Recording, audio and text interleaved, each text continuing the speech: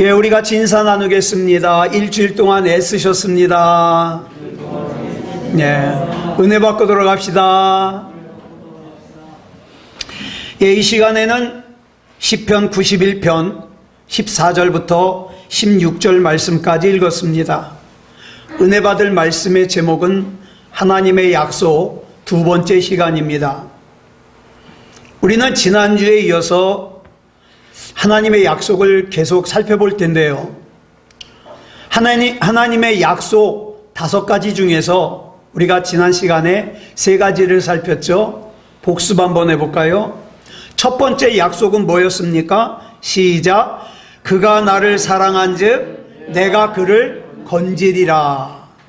두 번째 약속은요. 시작. 그가 내 이름을 안즉 내가 그를 높이리라. 세 번째 약속. 시작. 그가 내게 간구하리니 내가 그에게 응답하리라. 예, 이제 오늘 4번째부터 살펴보도록 하겠습니다. 자, 4번째 약속 같이 읽겠습니다. 시작. 그들이 환난 당할 때에 내가 그와 함께하여 그를 건지고 영화롭게 하리라. 아멘. 지난 2009년도에 제가 참 좋아하는 작가입니다. 이분 글을 읽고 있으면 참 얻어지는 게 많아요. 57세를 일기로 돌아가신 장영희라는 교수님이 있어요. 이분이 2009년에 돌아가시면서 나온 유작인데 책 제목이 살아온 기적, 살아갈 기적입니다. 이 에세이집에 이런 내용이 나와요. 사람이면 누구나 다 메고 다니는 운명자루가 있답니다. 운명자루. 근데 이 운명자루 속에는 똑같은 개수의 흰돌과 검은돌이 들어있대요. 검은돌은 어려움, 불운 이런 거고 흰돌은 행운을 상징한 거죠. 좋은 일. 그런데 우리가 살아간다는 삶이 뭐냐? 이 자루 안에서 돌을 하나씩 꺼내는 거예요. 검은 돌을 꺼내면 어려운 일이 생기고 흰 돌을 꺼내면 좋은 일이 생기고, 그게 어떨 때 보면은 예기치 못한 어려움을 만나가지고 좌절하고 넘어지고, 또 어떤 때는 크든 작든 좋은 일이 생겨가지고 힘을 얻고 다시 일어서는 그런 드라마의 연속이죠. 그런데 이 글이 우리에게 주는 게 뭐냐? 왜 나한테만 자꾸 이 힘든 일이 겹쳐서 일어나? 어려운 일이 겹쳐서 일어나? 이런 사람들에게 이런 얘기를 해요. 아마도 너는 네 운명자루에서 검은 돌을 몇 개 연속으로 꺼낸 모양이구나. 그러면 그 자루 속에 남아있는 건 뭐가 더 많아요? 흰돌이 더 많겠죠. 이제부터는 너는 남보다 더 큰 몫에 행복이 기다리고 있을 가능성이 더 크지 않겠냐? 그런 글이에요. 여러분, 우리는 인생 가운데 많은 환난을 당해요. 그런데 그런 환난의 때에 하나님께서 우리와 함께 계시면서 우리를 건지시고 영화롭게 하겠다는 약속이 4번째 약속이에요. 근데 여러분, 여기 잘 보세요. 나를 환난 가운데서 건지시는 약속을 우리가 알려면 어떻게 해야 돼요? 내가 어려움을 겪어야 돼요. 그죠? 그래야 그 어려움에서 나를 건지는 걸 체험할 수 있죠. 병 고치시는 하나님은 우리가 어떻게 해야 경험할 수 있어요? 내가 아파봐야 경험할 수 있어요.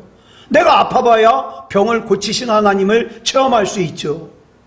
내 원수가 나를 공격을 해야 원수와 싸워서 나를 이기게 하시는 하나님을 내가 체험할 수 있죠.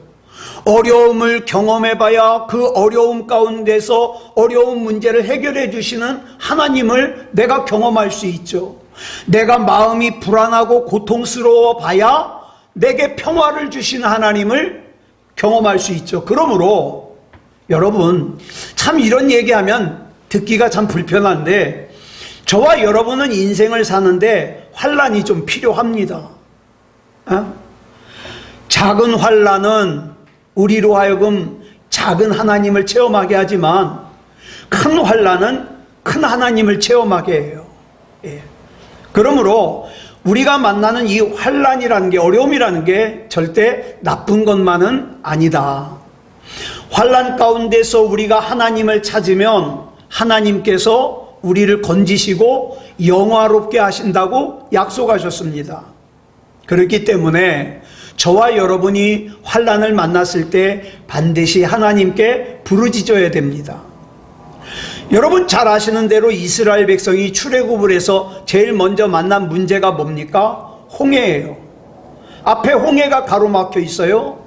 뒤에서는 애굽의 군대가 다시 잡아가려고 쫓아오고 있습니다. 어디로 도망칠 곳이 없어요. 그래서 이스라엘 백성은 이제 다 죽었다고 생각했어요.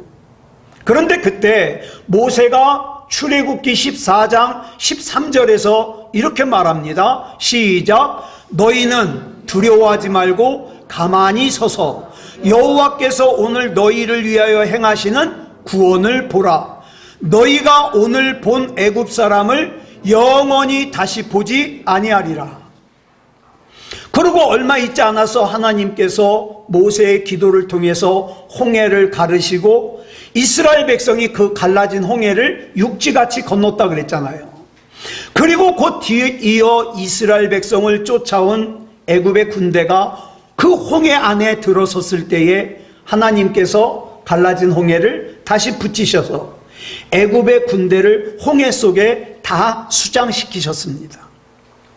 이것은 이스라엘 백성들이 앞에는 홍해로 가로막히고 뒤에서는 애굽의 군대가 쫓아오는 환난을 당했기 때문에 경험할 수 있었던 거예요. 그러면 여러분, 하나님께서 홍해를 미리 열어두시고 건너게 하셨다면 이스라엘 백성이 그렇게 하나님 찬양했을까요? 그렇게 찬양 안 했을 겁니다. 당연하게 받아들였겠죠. 여러분, 어떻게 만나를 주시는 하나님을 체험할 수 있었습니까? 그 300만 명 가까이 되는 이스라엘 백성들이 광야에서 먹을 것이 없는 환난을 만났기 때문에 만나를 주시는 하나님의 능력을 체험할 수 있었습니다. 어떻게 바위가 갈라지고 그 바위에서 생수가 쏟아지는 하나님의 기적을 체험할 수 있었습니까? 광야에서 목이 말라 죽을 것 같은 환난을 만났기 때문에 바위에서 물이 쏟아져 나오는 하나님의 기적을 체험할 수 있었습니다.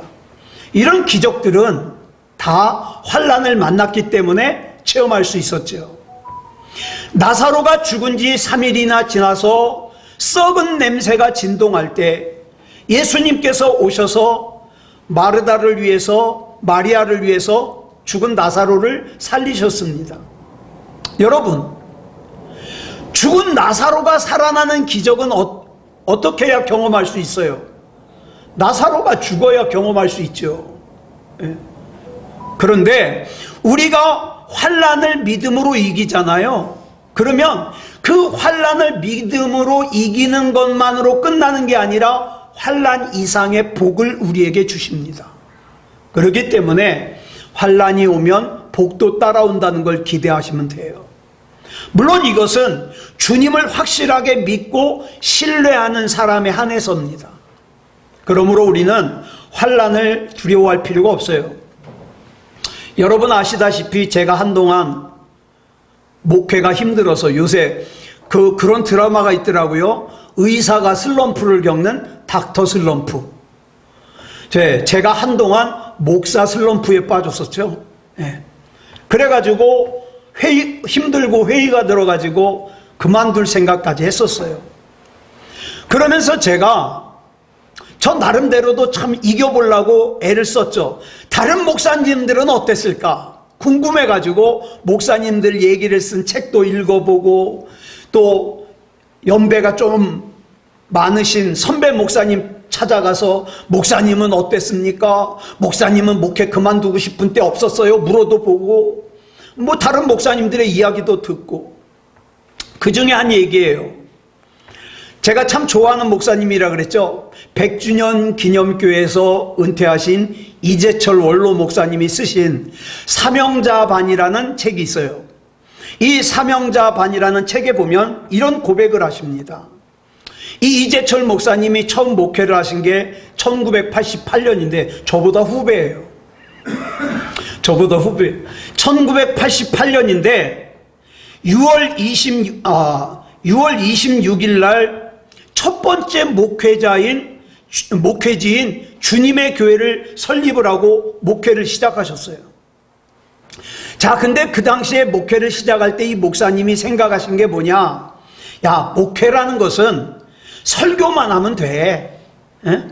성경 공부만 시키면 돼. 그런 줄 알고 시작한 거예요. 그런데 웬걸 10달쯤 지나니까 설교 외에, 성경 공부 외에 그 교인들의 의견을 맞춰줘야 되고 여러 가지 일들이 막 생기는 거예요. 도저히 못하겠는 거예요. 그래서 앞으로 2달만 더 채우고 1년 되면 목회를 그만둬야 되겠다. 못하겠다. 이런 생각을 하셨답니다.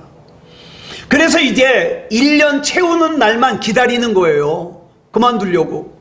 그런데 그러던 어느 날 새벽에 한 가난한 집에 집사님 한 분이 시루떡을 쪄갖고 온 거예요.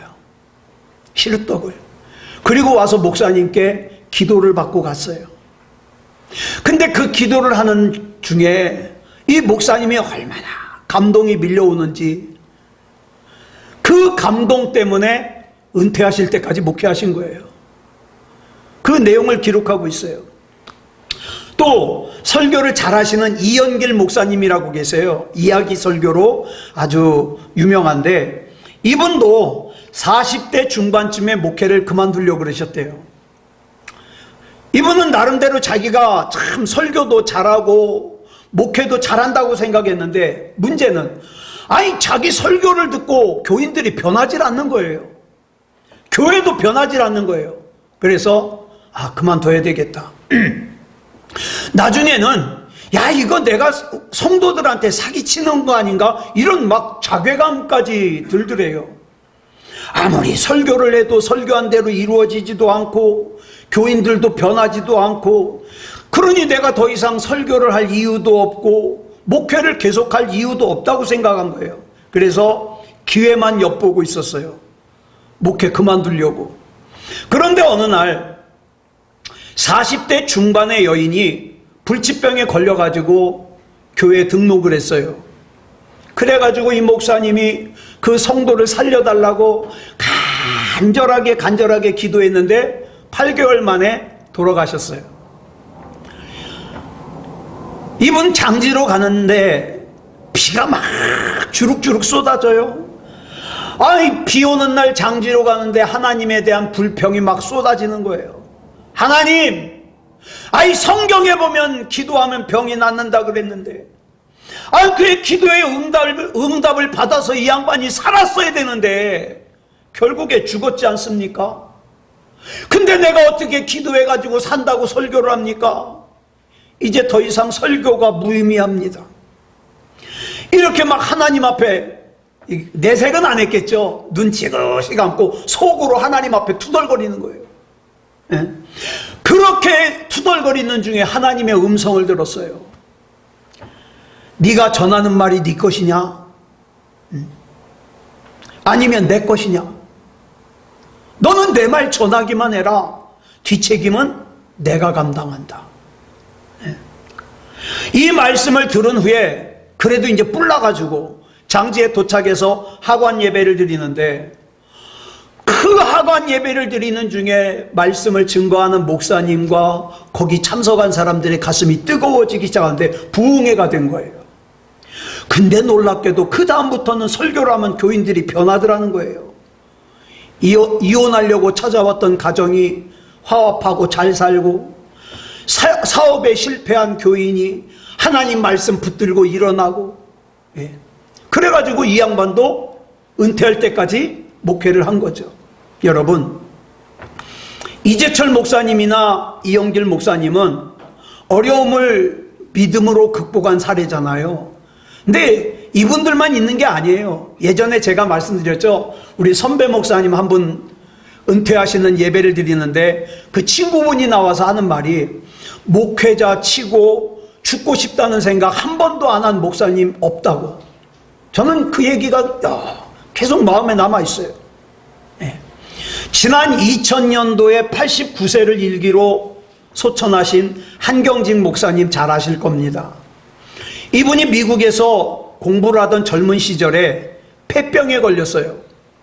폐병에 걸려가지고 학업을 다 마치지 못하고 귀국을 했어요. 그리고 이제 목회를 하는데, 여러분 옛날 폐병이 어떤 병입니까?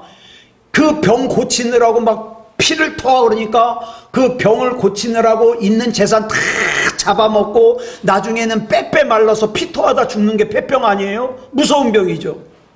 그냥 20대 젊은 목사 한경직 목사가 폐병에 걸렸어요. 그래가지고 이분은 강단에 올라갈 때마다 설교하기 전에 이렇게 먼저 설교를 해요. 오늘 이 설교가 마지막이 될지 모릅니다. 그리고 설교를 해요. 자, 그러니까 교인들이 언제 죽을지 모르는 이 젊은 목사 바라보면서 얼마나 가슴이 아파요. 그래가지고 기도할 때마다 하나님 우리 목사님 살려주셔야 돼요. 우리 목사님 병 고쳐주세요. 우리 목사님 살려주세요. 막 기도했는데, 우리 목사님 살려달라고 기도했던 성도들은 다 죽었는데 한경직 목사님은 89세까지 살았어요. 네. 그런데 여러분 다일 공동체 바퍼 목사님, 최일도 목사님 아시죠? 이분이 한 번은 설교를 하는데 이런 고백을 합니다. 자기가 장로교 신학대학을 다닐 때 그 당시에 민주화 운동을 하는 문익환 목사님이나 또 강원영 목사님 같은 분들은 민주화 운동에 앞장서 가지고 막 그 젊은 데모하는 사람들의 막 존경을 받았잖아요. 특히 천주교의 김수환 추기경님 같은 분들은 막 군부 독재에 맞서 가지고 나 죽이려면 죽여라 그러면서 막 바른 소리를 하셔가지고 막 지식인들의 막 추앙을 받았어요. 그런데 한경직 목사님은 시국에 대해서 한마디도 안 하시는 거예요. 그래가지고 내심 최일도 목사님이 속으로 섭섭했답니다. 저 한경직 목사님 같은 분들이 한마디 해주시면 얼마나 좋아. 그러다가 자기가 목사가 돼가지고 후배들이 많이 생기자 한경직 목사님이 이해가 되는 거예요. 네. 그러던 중에 이 최일도 목사님이 결정적으로 충격을 받은 사건이 1992년도에 한경직 목사님이 이 종교계의 노벨상이라고 불리는 템플턴 상을 수상을 했거든요. 그 상을 받는 자리에서 수상 연설을 하는데 첫 마디가 이거예요. 저는 일제 때 신사 참배를 한 죄인 중에 죄인입니다. 이렇게 시작을 한 거예요. 이 연설을 들으면서 최일도 목사님이 막 망치로 머리를 한 대 맞은 것 같은 충격을 받은 거예요. 여러분, 다른 사람이 잘못했다고 다른 사람을 지적하는 거는 그것도 물론 용기가 필요하겠죠. 군부에 맞서고 그 다음에 정치권에 맞서고 용기가 필요하죠. 그런데 그 세계 사람들이 다 바라보고 있는 데서 자기의 잘못을 공개적으로 밝히는 것은 그것과 비교할 수 없는 큰 용기가 필요하더라는 거죠. 그래서 훗날 영락교회를 은퇴하고 그 남한산성에서 검소하고 조용하게 말년을 보내시는 한경직 목사님을 찾아갔어요. 최일도 목사님이. 그래서 목사님 먼저 용서를 구합니다. 뭡니까? 한경직 목사님이 평안도 사투리 쓰잖아요. 뭡니까? 제가 이러저러 해가지고 제가 목사님을 오해를 했습니다. 잘못했습니다. 그랬더니 한경직 목사님이 딱 두 마디 하더래요. 아닙니다. 당연하디요. 딱 두 마디. 이 최일도 목사님이 이 두 마디를 잊을 수 없었어요. 그러다가 한 번은 이 최일도 목사님이 바포 목회를 하는데 그걸 못마땅하게 여긴 그 근처에 깡패들이 몰려와가지고 최일도 목사님을 막 집단 구타를 한 거예요. 막 머리를 밟고 가슴을 발로 차고. 이게 정신을 잃었어요. 그 정신을 잃으니까 이 깡패들이 최일도 목사님을 그 야채시장 그 껍데기 벗겨가지고 버리는 쓰레기 모아놓은 데 있죠. 거기다가 버리고 가버린 거예요.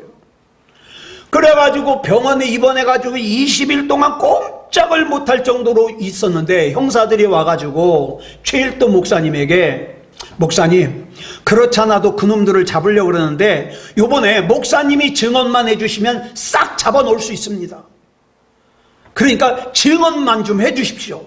그랬더니 최일도 목사님이 가만히 생각하다가 누구 생각이 났냐? 한경직 목사님이 생각이 난 거예요. 그래서 흉내냈어요. 아닙니다. 당연하지요. 그러니까 형사가 무슨 말이냐고. 예? 증언서라니까 아닙니다. 당연하죠. 그게 뭔 말이냐고. 그랬더니 최일도 목사님이 이렇게 설명을 해요. 만약에 형사들이 나를 팼다면 억울하지만 깡패들이 나를 패는 건 당연하죠. 당연하죠. 그 후로도 그 형사가 와가지고 아이 목사님 제발 좀 증언 좀 해달라고 잡아놓게 그랬더니 아니요. 그러지 않겠습니다. 하나님이 그 사람들 바꾸실 겁니다. 그랬더니 이 형사가 결국 포기하고 가면서 뭐라 그러냐? 목사님께서 고통받으신 만큼 그 사랑은 증거가 될 겁니다. 그리고 자기 주머니 뒤적뒤적 하더니 10,000원짜리 한 장 꺼내가지고 목사님 손에 줘주고 갔어요. 그걸로 끝난 게 아니라 한 달에 한 번씩 이 형사가 목사님을 찾아와가지고 용돈을 드리고 가는 거예요. 그리고 나중에 다일 공동체 후원 회원을 모집한다 그러니까 이 형사가 첫 번째 회원이 됐어요. 그런데 그렇게 훌륭했던 분이 요즘 좀 삐딱해요. 자기를 북극성이라 그러면서 이상한 말을 하고 있어서 좀 많이 속이 상합니다. 여러분, 우리가 신앙생활하는 동안에는 반드시 고난의 가시가 있어요. 한 랍비에게 어떤 사람이 찾아가서 물었어요. 랍비님, 아유 걱정 근심하지 않고 좀 살고 싶은데 어디서 살면 그렇게 살 수 있을까요? 그랬더니 날 따라오시오. 그러더니 어딜 데리고 가요. 어디로 데리고 가냐? 공동묘지. 저기 가서 누워있으면 걱정 근심 없이 살 수 있습니다. 그러니까 이 세상 사는 동안에는 다 어려움이 있다 이 말이죠. 그런데 중요한 게 있죠. 환난의 때에 하나님께서 건지시고 영화롭게 하신다는 약속을 우리가 기억해야 돼요. 붙들어야 돼요. 이게 네 번째 약속입니다. 그 다음 다섯 번째 약속이 시편 91편 16절에 나옵니다. 시작. 내가 그를 장수하게 함으로 그를 만족하게 하며 나의 구원을 그에게 보이리라. 예수님을 제대로 잘 믿으면 100% 다 그런 건 아닌데 오래 살 가능성이 큽니다. 제가 아까 우리 민옥기 권사님에게 아유 민옥기 권사님 참 오래 사셨다고 그랬더니 아유 나는 이렇게 살 줄 몰랐대요 권사님이. 항상 골골해가지고 이렇게까지 살 줄 몰랐다고. 그래서 제가 그랬죠. 그럼 나도 권사님 같이 살 수 있을까요? 나 자신이 없는데. 예수님 제대로 잘 믿으면 건강하게 오래 살 가능성이 큽니다. 왜냐하면 신명기 30장 20절을 보니까 이렇게 약속하고 있거든요. 시작. 내 하나님 여호와를 사랑하고 그의 말씀을 청종하며 또 그를 의지하라. 그는 내 생명이시요 내 장수이시니.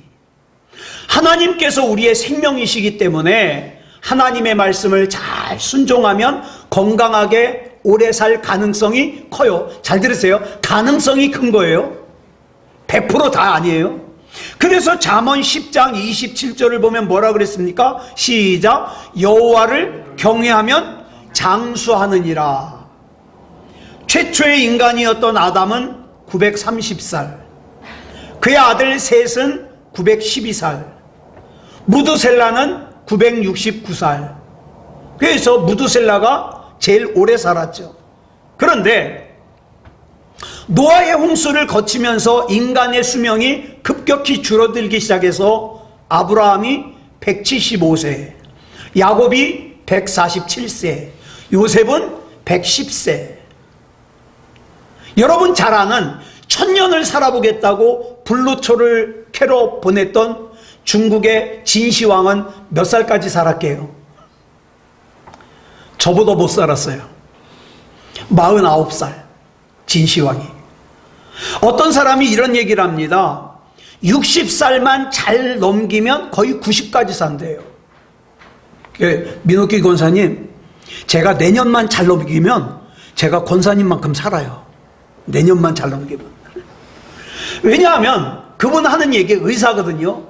60살 죽을 사람은 60살 이전에 거의 다 죽는데요. 폐가 나쁘든지 간이 나쁘든지 뭐 특별한 기관이 나쁜 사람은 60살이 되기 전에 다 고장이 나서 가고 60살이 넘으면 이제 천천히 늙는데 늙어지는데 20년 정도 걸린대요. 그리고 그거 지키고 한 10년 살고. 예. 2022년 통계청 발표를 보니까 우리나라의 평균 수명이 82.7세. 그 중에 남자가 79.9세, 여자가 85.6세. 그러니까 부부가 같이 하늘나라를 가려면 여자가 5.7세가 많아야 돼요.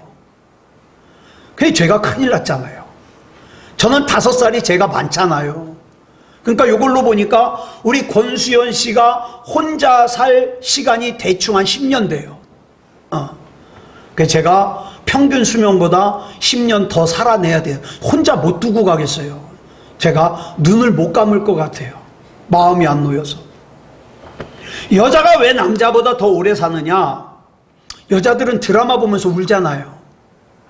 남자는 남자가 돼가지고 눈물을 막 그러면서 안 울잖아요. 그래서 일찍 죽어요. 예.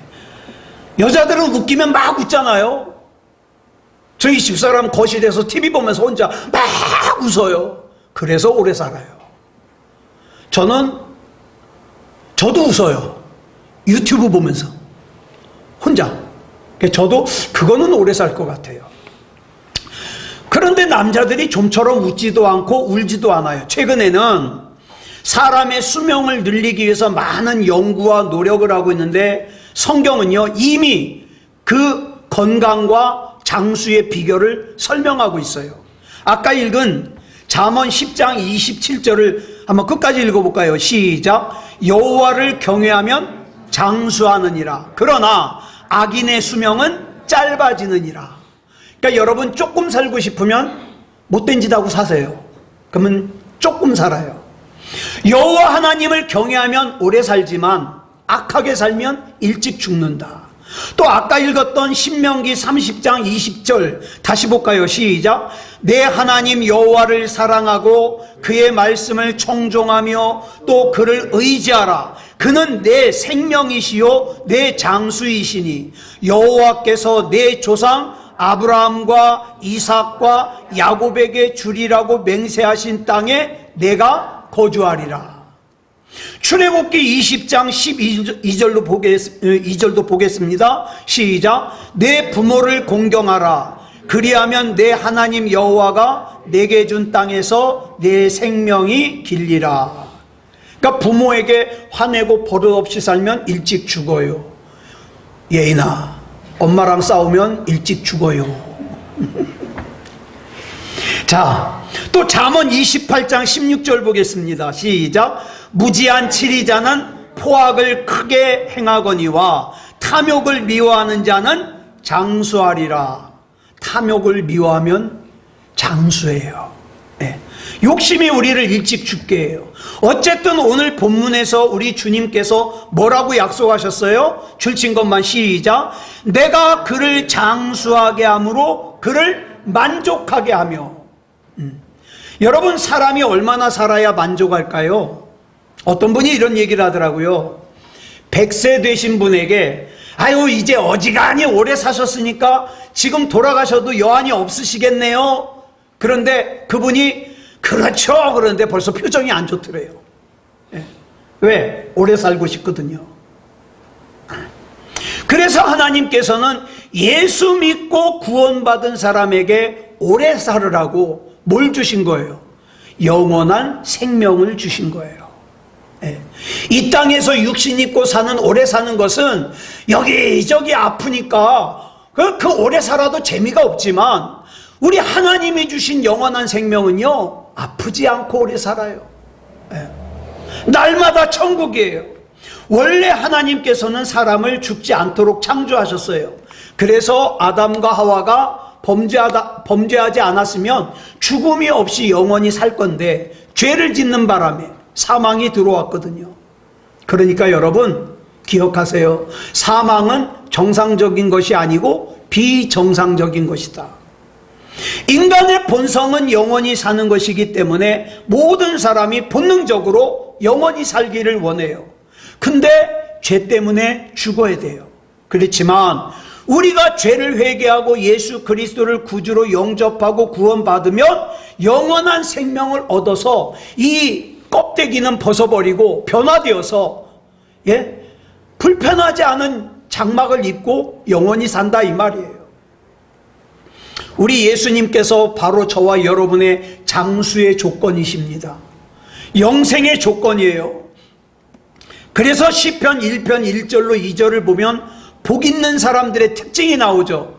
악인들의 꾀를 따르질 않아요. 죄인들의 길에 서지 않아요. 오만한 자들의 자리에 앉지 않아요. 오직 여호와의 율법을 즐거워하면서 그 여호와의 율법을 주야로 묵상해요. 그게 제가 여러분들에게 건강하게 오래 사는 복 있는 삶을 사는 방법을 일러드리잖아요. 하나님 말씀을 자꾸 읽고 묵상하라고. 그러므로 복 있는 사람이 예수 믿지. 여러분, 복 없는 사람은요, 예수님을 못 믿는 것이 자기가 못 믿는 것도 있지만 복이 없어서 못 믿어요. 믿어지지 않는 걸. 저 예전에 그런 아이들 많이 만났잖아요. 청년들. 전도사님 나도 하나님이 믿고 싶은데 안 믿어져요. 제가 차마 그 면전에 대고 네가 복이 없어서 그렇다 그 얘기를 못 하겠어요.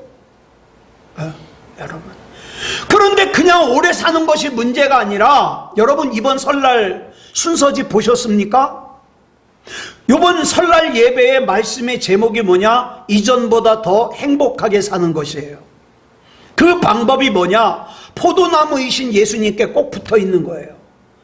아무리 혹한의 겨울바람을 맞고 메마른 가지일지라도 나무에 붙어 있는 가지와 나무에서 떨어진 가지는 미래가 전혀 달라요.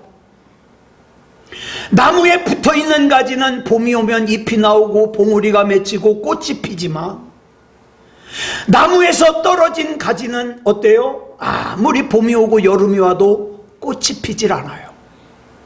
그렇기 때문에 여러분, 지금 당장에는 힘들어도 저와 여러분이 아름다운 봄을 기다릴 수 있는 것은 나는 예수님께 붙어 있거든요.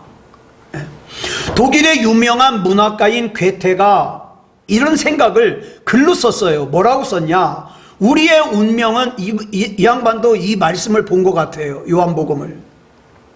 우리의 운명은 한겨울의 과일나무와 닮았다.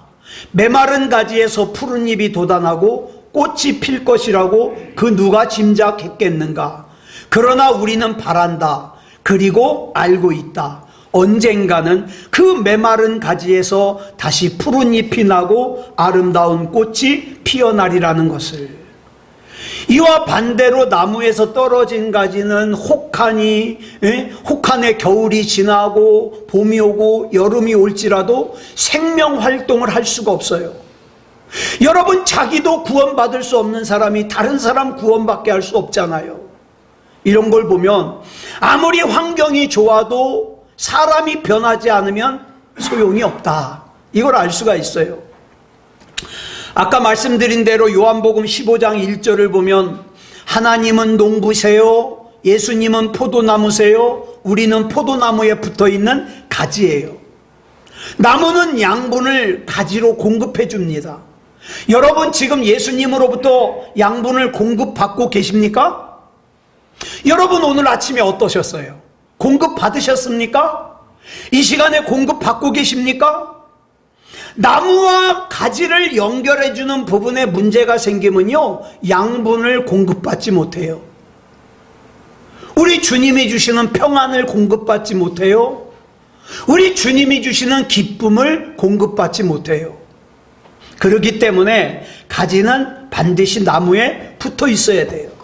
그래서 예수님께서 요한복음 15장 5절에서 이렇게 말씀하시잖아요. 시작. 나는 포도나무요 너희는 가지라. 그가 내 안에 내가 그 안에 거하면 사람이 열매를 많이 맺나니 나를 떠나서는 너희가 아무것도 할 수 없음이라.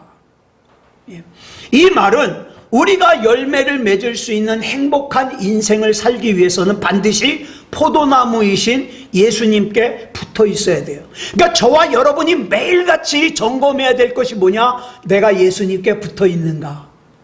내가 예수님으로부터 양분을 받고 있는가? 그걸 점검해야죠.